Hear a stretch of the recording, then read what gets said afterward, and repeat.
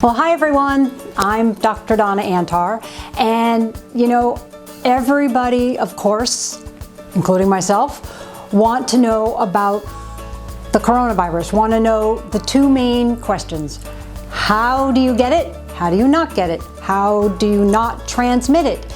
Even if how do you make sure, even if you don't have any symptoms? Because we all have heard now that you can be positive for it, but you don't even have any symptoms. So how do you make sure that you don't transmit it to someone else who might be more susceptible to symptoms? So actually, they've figured out now, it's really easy. There's only two things. So we're gonna tell you about those two things. It's only two things. And also, you've heard about hand washing. Well, I'm gonna show you how to wash your hands so that it's easy, it's actually kind of fun, and you do it correctly so that you make sure that it's effective. And the other thing we're going to talk about is stress. I mean, you want to be informed, but you don't want to be panicked, because obviously panic, stress, all that stuff going on in your head is going to suppress your immune system, is going to do things that you don't want to do in this particular time, or actually any time there's viruses or flus going around. So let's start with those two things. One, if you cough or sneeze on anyone and that person inhales those little droplets in the air, okay, you can't see them, but they're there. That's the reason for the 6-foot rule. The 6-foot rule helps for that not to be a spread, because when you cough or sneeze and those droplets go out into the air, they fall. They don't just stay there. They mostly fall. The little teeny ones will evaporate. The bigger ones will fall immediately to the ground. The other ones might hang out a little, but if you're 6 feet away, you pretty much are far enough away they feel that those droplets can't get to you. So that's one important thing. So when you're out and about and getting essential things like food, gasoline, stuff like that, you want to make sure of that. Number two, no, not number two yet, but also how do you prevent that? Well, when you cough or sneeze, have a tissue. So you want to cough or sneeze into the tissue. You want to make sure it's really covering your whole face when you cough or sneeze. Now, what if you don't have a tissue available? You don't happen to have a pocket or a tissue? Well, cough or sneeze into your elbow, because again, that stops the spray of any kind of droplets. Number two, the way you can get it is by touching a contaminated surface. How does a surface get contaminated? Well, go refer back to number one. Somebody coughed or sneezed and the droplets landed on that surface. So the CDC, all the different organizations recommend that you clean surfaces periodically, just in general. Well, by the way, this is a good idea, just in general. If a surface is dirty, then just clean it. Then you want a disinfectant, and you want to use any of those disinfectants, any of them out on the market that, they'll say things like kills germs, 99.9%, things like that. That's what then you want to disinfect the surface. What kind of surfaces are we talking about? Well, sometimes it's not a table or a desk. Sometimes it's a doorknob. Sometimes it's some kind of handle. Sometimes it's a banister, like when you're going down the stairs, a banister. It can be any of those items that people touch on a regular basis, and you might not even think about it. But when we went around to our house and we thought, okay, so let's do all of the door handles. And we realized, okay, so when was the last time we disinfected, not just cleaned, but disinfected door handles? Wow, I couldn't even really remember doing that. And it's really, really important. Why? Because number two, this number two part has two parts, and it's very vital. Because if you just touch a surface, oh, by the way, don't forget your desk, because you might have, what do you use? You use a mouse. No, not that kind of mouse. You use a mouse for your computer, right? And your keyboard. So things are, or your phone. things like that also don't forget. So touching a contaminated surface, but if you touch a contaminated surface and then you wash your hands, did you get COVID? Did you get contaminated by the virus? No, you didn't. But the and is you touch a contaminated surface and you touch your face, mainly your eyes, your nose, or your mouth. So here's the important part. Don't touch your face. Now, so what should we do not to touch our face? Well, I guess here's one idea. Okay, yeah, we could do this, but that might be going a little far. So let's talk about some real things, and let's talk about how important is it to touch your face, and do we really touch our face that much? Start working on not touching your face, because one main way viruses spread is when you touch your own mouth, nose, or eyes. And of course, enhanced cleaning of surfaces.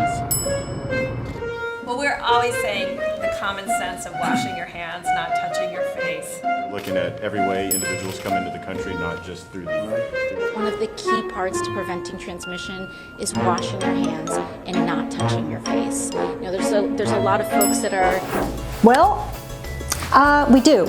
Because the American Journal of Infection Control in 2015, this is 2015, this is way before this virus was here. They were just looking at people not passing around the flu. So again, contaminated surface, and you touch your face, mostly eyes, nose, mouth. Well, how many times a day do you think they found that this group of medical students touched their face? Well, it was 23 times an hour. An hour. If you multiply that by the amount of hours that were up in the day, which is about 16, if you're really getting good 8 hours of sleep at night, which is another important thing to get during this whole thing, that is 368 times a day that you are touching your face. So how do you not do it?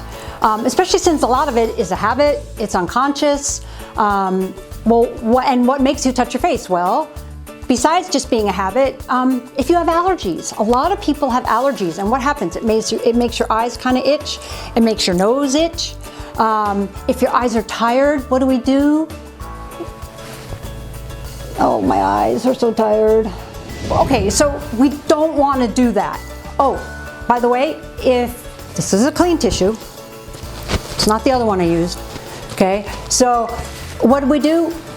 What happens also with allergies? You're itchy. What happens when your nose is itchy?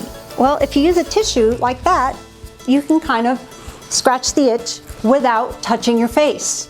Because we're going to talk about hand washing in a minute, but you're not going to wash your hands 23 times an hour, or you would only be washing your hands all day. So we will talk about what we can do. So you can use a tissue. You can also, if you have some hand sanitizer handy, you can put some hand sanitizer on and then scratch your nose. Because sometimes if you don't scratch your nose, it gets worse and worse, right? So wanted to also make it a game with your family. Make it a game. Make it like, okay, everybody needs to know that nobody can touch their face. And if you catch somebody touching their face, I don't know, it's a point, or I don't know, make a game, especially if you have kids. They'll love this. Catching their parents touching their face, because it really is the most important part of number 2. Sure, if your hands you've just washed your hands, or you just sanitized your hands, because somebody asked me one time, how long does hand sanitizer last? Well, it lasts as long as until you get contaminated again. So really it only lasts that moment that you disinfected your hands. So you want to be careful, and you want to pay attention. So again, make it fun. If you have kids especially, or just you and your partner, do some kind of game. Also, just have a tissue in your hand. And this way, when you have a tissue in your hand and you go to touch your face, or you go to push your bangs out of your eyes, you're using the tissue. And then throw that tissue away, grab, see? grab another tissue.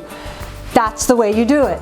Now, the other thing that you want to do is, if you're just watching this video, well, lace your fingers together, put them in your lap. This way, your hands are doing something.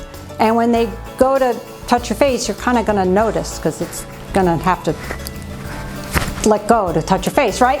So do that. The other thing is you can actually sit on your hands. So if you sit on your hands, the only problem with that is if you're Italian or part Italian like me, then you probably can't talk anymore, because we have to talk with our hands. So even if our hands are together, we kind of have to do that. So those are the things, the little games. You can put Post-it notes all over your house. Don't touch your face.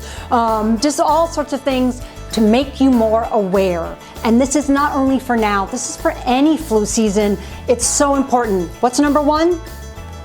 Somebody coughs or sneezes on you, or you cough or sneeze on somebody else. Don't do that. It's so easy to prevent. 6-foot rule, make sure you protect. What's the other thing? Number two, you touch a contaminated surface. Well, first disinfect your surfaces. Oh, and by the way, when you're disinfecting your surfaces, make sure you wear gloves, have good ventilation, because you don't want to like make yourself sick while you're trying to make yourself healthy and protect yourself, right? So do that. And number two, you touch the contaminated surface, now don't touch your face. And in between all that, wash your hands. And this is really easy. Besides hand sanitizer, you want to wash your hands multiple times a day. And by the way, if you're eating right now, you might want to pause the video or stop for a minute. But they've actually recently found that even when somebody is done with the respiratory part of, let's say they got infected and they had a respiratory part, it wasn't that bad, they didn't have to go to the hospital even, but now they're negative. But guess where they're not negative? When they have a bowel movement, can I say that? In the feces, they found it still exists for at least for a while. They don't know how long yet. So, you know how your mom told you, wash your hands after you go to the bathroom? And how it says it on every public bathroom, employees must wash hands. Well, everybody must wash hands after they leave the bathroom. So that's very vital also. So now we're gonna do the hand washing. Okay, so now sink, hand washing. And we're gonna talk about hand washing. And it really is simple. I'm gonna show you the steps. Basically, you're gonna hear a song in the background. It's happy birthday, and it's happy birthday sung at the speed you'd normally sing it to somebody in happy birthday, which would be about 20 seconds or so. And that's about how long you want to be lathering your hands. So you're gonna wet them, you're going to put soap on them, you're going to scrub them in a whole couple different ways I'm going to show you, really simple, and then you're going to rinse them really well and you're going to dry them really well, and if possible you want to dry them with a paper towel or something that you can then throw away. All right? Okay? All right. So let's wash our hands. So remember, not too hot. You don't need to do it with really hot water. Obviously don't want cold, so right in the middle where it's cool. Get your hands nice and wet. Shut off the water. Use your elbow or the side of your arm. There you go. And start your timer. And then lather up your hands. Okay? And first, palms. Then the tops of your hands. And a little bit on your wrist, tops of your hands. And then your fingertips. Your fingertips. Okay? And then in the webs. And the webs are your hands this way, the webs are your hands this way, the webs are your hands on top, the webs are your hands on top. Okay, and then don't forget to do your thumbs, and the webs are your hands, the webs on your thumbs. And there you go. A little bit on the fingertips. Turn your water back on, rinse. Turn off and dry your hands. And it'd be good if you could dry them with something that you throw away. And if you're in a place where you have to get out a door, then that's fine too. Get out the door, use this. Use it to open the door or turn the doorknob, open and throw away. Okay, so we've talked about the 2 ways that you can get or transmit this virus. 1, you cough or sneeze, or somebody coughs or sneeze on you, and how to not have that be a problem, because you still may cough or sneeze, right? Tissue, elbow, all those different things, 6 foot. And then we talked about number 2, which was touch a contaminated surface because of number 1, prefer number 1, and then touch your face. And we've talked about how not to touch your face, how to make it a game in your family, and then we showed you a great fun technique for washing your hands while you sing happy birthday to yourself, or out loud, it's fine too. Okay, so let's talk about the mental aspect of this. Not that many people talk about that, but I think it's really important. You know, I did 3 extra years in training so that I could also become a psychiatrist. So I have some double training here.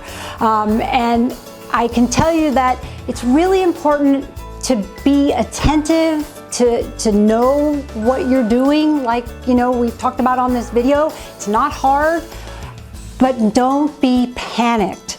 And especially if you have children, really don't be panicked, because even if you say, oh no, everything's fine, Johnny, everything's fine, guess what? Johnny knows that something's wrong because you're feeling panicked. So you have to do things that, again, protect yourself, protect your family, but you don't get panicked and you don't get overly stressed. Because of course you know that having a good immune system is, you know, a healthy, balanced immune system is very important with this virus in particular and any kind of flu virus. So stress makes that not as good. So we want to, again, be vigilant, but decrease the stress. So how do you do that? How do you do that when every minute on the news there's all this stuff? Well, 1, don't watch the news 24/7. Nothing is really going to change that dramatically, usually in a 24 cycle. Watch it once, get your information if it's different, and it might not be, or watch videos like these, and then just do what you need to do in your life. And have fun. Use this time. If you're in an area where you're on, quote, lockdown, and you can only do what they call critical things, like go to the supermarket to get food and things like that, and you're working from home, make it fun. Even if you don't have kids, have it be fun, you know. People with kids aren't the only ones that should be having fun. Use the time to be together. Use the time to be mindful. There's something called mindfulness, and they've done tons of scientific studies showing that mindfulness, or so other people call it meditation, really works. It is an anti-aging technique above all else. Some of that is deep breathing exercises. There's yoga you can do, which involves movement, or Tai Chi. And you can easily look up those things on the internet and, you know, learn how to do them if you don't already. Make sure you're doing them. And remember, 6 foot rule, not don't ever go outside rule. So you can go outside. If you have a dog, walk your dog. Just stay away that 6 footness from other people. And enjoy the environment, no matter where you are in this world. There is something to be enjoyed. Now, don't go with a whole group. Obviously, that's contrary to what we're trying to accomplish here. But notice the flowers, if there's flowers. Notice foliage, notice nature. Listen to water. All those different things. Play music that you love, that makes you happy, that will invoke in you a sense of calm and also just relaxation. And don't forget to get sleep. You have to get good, deep, restful sleep, because if you don't, then your your nervous system gets on edge, and that's opposite of what we want. We want the nervous system to be relaxed, to feel good. So make sure you get at least 7 to 8 hours sleep a day. And if you don't, then try to get a little more the next night. So again, have fun in your off time, play games. You know, it's not about being a shut-in. It's about enjoying what you have around you. Okay, so don't forget to do that. Meditate, deep breathe, yoga, all those things really make a huge difference in your stress level that you need to calm. And if you're feeling bad, if you're feeling depressed, if you're feeling overwhelmed, if you have those feelings like there's nothing that's fun, you're exhausted, you're overwhelmed, that is a sign that you need to call out for help. There is help available. There are telehealth centers where there's people you can talk to. Talk to your friends. You can use the phone, you can use the internet, you can use Skype, you can use Zoom, you can use all these tools. Help us stay connected while we're staying apart. I hope that makes sense.